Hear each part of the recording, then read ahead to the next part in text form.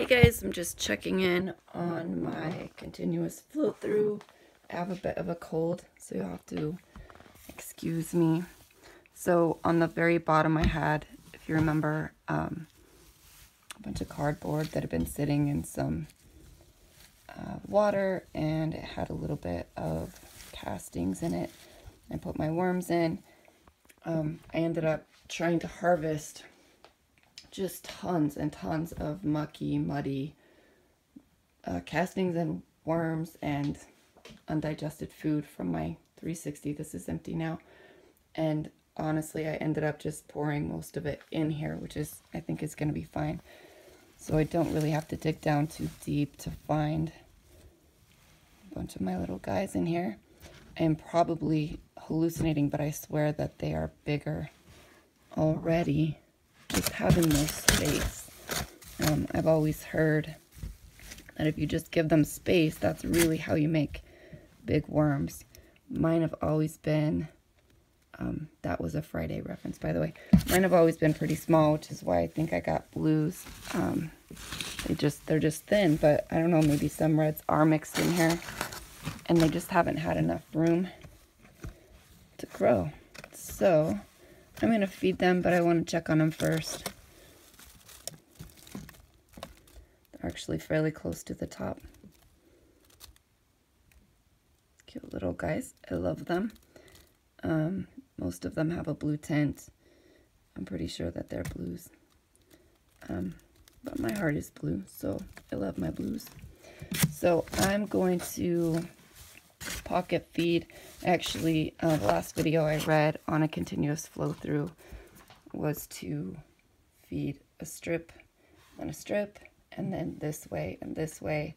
That way it kind of settles down evenly. So I'm going to try that. I'm just going to start here. We'll feed a strip. So I'm going to put it on hold, and I'll be back with some food. Okay, I did lay down a bunch of bedding. I'm probably didn't need it. I had plenty, but this is pretty wet. It's actually pumpkins that kind of froze outside on our deck all winter. I will try to do this one-handed. You guys are gonna get the cheap GoPro view. So the pumpkins were out on the deck all winter. I just brought them in. It's March 13th, and I put 2 of them in the freezer, pulled them out. Probably didn't need to be frozen. They were frozen when they came in, though. I didn't have room for them all. I'm rambling. So these are pumpkins, and I'm trying one new thing this time that I haven't tried before. The rock dust, the zeolite that I put in, the lime, the eggshells, and the coffee grounds, I put all in the blender this time. This is how I cook too. Super messy. So yeah, I put everything in. I have no idea if that's cool or not, but I put it all in together.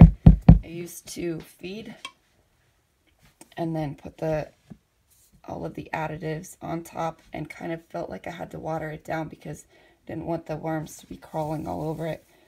This way, it's already in there. It's already watered down because I already have plenty of water with the food. And I don't feel like it's going to be sharp for them. So that's about it.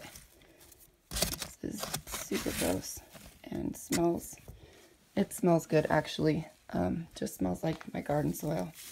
So that is one feed. I of course don't have anything from the bottom yet. Okay, I'm surprised by that.